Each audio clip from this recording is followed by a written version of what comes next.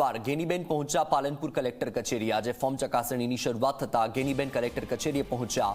બનાસકાંઠા જિલ્લામાં લોકસભા બેઠક માટે કુલ 41 ફોર્મ ભરાયા છે। 7 ફોર્મ અપક્ષમાંથી અને 9 ફોર્મ અપક્ષમાંથી ભરાયા છે। ત્યારે ભાજપમાંથી પૂર્વ સાંસદ દિનેશ અનાવાડિયા અને એક ડમી ઉમેદવારે ફોર્મ ભર્યું। કોંગ્રેસમાંથી ગેનીબેન ઠાકોરે 3 અને એક ડમી ઉમેદવારે ફોર્મ ભર્યું છે। ભારતીય યુવા એકતા પાર્ટીમાંથી પિયુષ પટેલે ફોર્મ ભર્યું છે। સ્વતંત્ર અભિવ્યક્તિ પાર્ટીમાંથી પ્રવીણ ચૌહાણે ફોર્મ ભર્યું છે। તો પ્રબુદ્ધ રિપબ્લિકન પાર્ટીમાંથી ચેતન ઓઝાએ ફોર્મ ભર્યું છે। બીએસપીમાંથી માનસુખ પરમારે ફોર્મ ભર્યું છે। તો બાપ પાર્ટીમાંથી જશુ ગમારે ફોર્મ ભર્યું છે। જિલ્લામાં 9 અપક્ષ ઉમેદવારોએ ભર્યા છે ફોર્મ।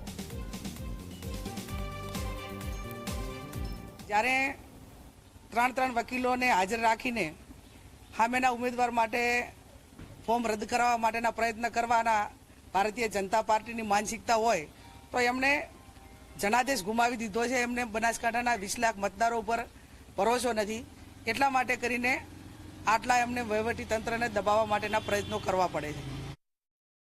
2007થી કરીને 24 સુધી જે કંઈ મારી મિલકત જમીન હોય કે મકાન હોય કે જે હોય તે એ એફિડેવિટ બધા સેમ જ છે।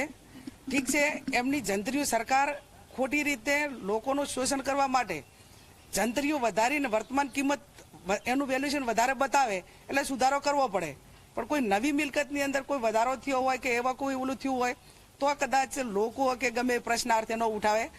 વેલ્યુએશન વધારવાની અને જંત્રી વધારવાનું કામ સરકારનું છે અને એ વેલ્યુએશન પ્રમાણે અમારે એફિડેવિટ કરવું એક કે કાયદા ચૂંટણી પંચના નિયમોને આધીન છે। અને સમાજથી ટેકાથી નથી ભર્યા ત્યારે વ્યક્તિગત સ્વાર્થ માટે ગમે એ લોકો એ ભાજપના પૈસાના સેટિંગ કરીને કે લાલચો કે બીજા પદો કે ગમે તે પેલા માટે ભરે, એમાં કોઈ એ સમાજના કે બીજા કોઈ મતદારો કોઈ લાલચમાં આવવાના નથી અને એમની કોઈ વાતોમાં આવવાના નથી।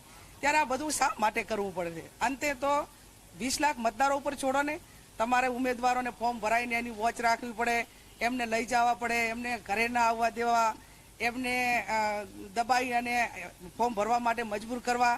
આ બધું એક તંદુરસ્ત લોકશાહીની નિશાની નથી।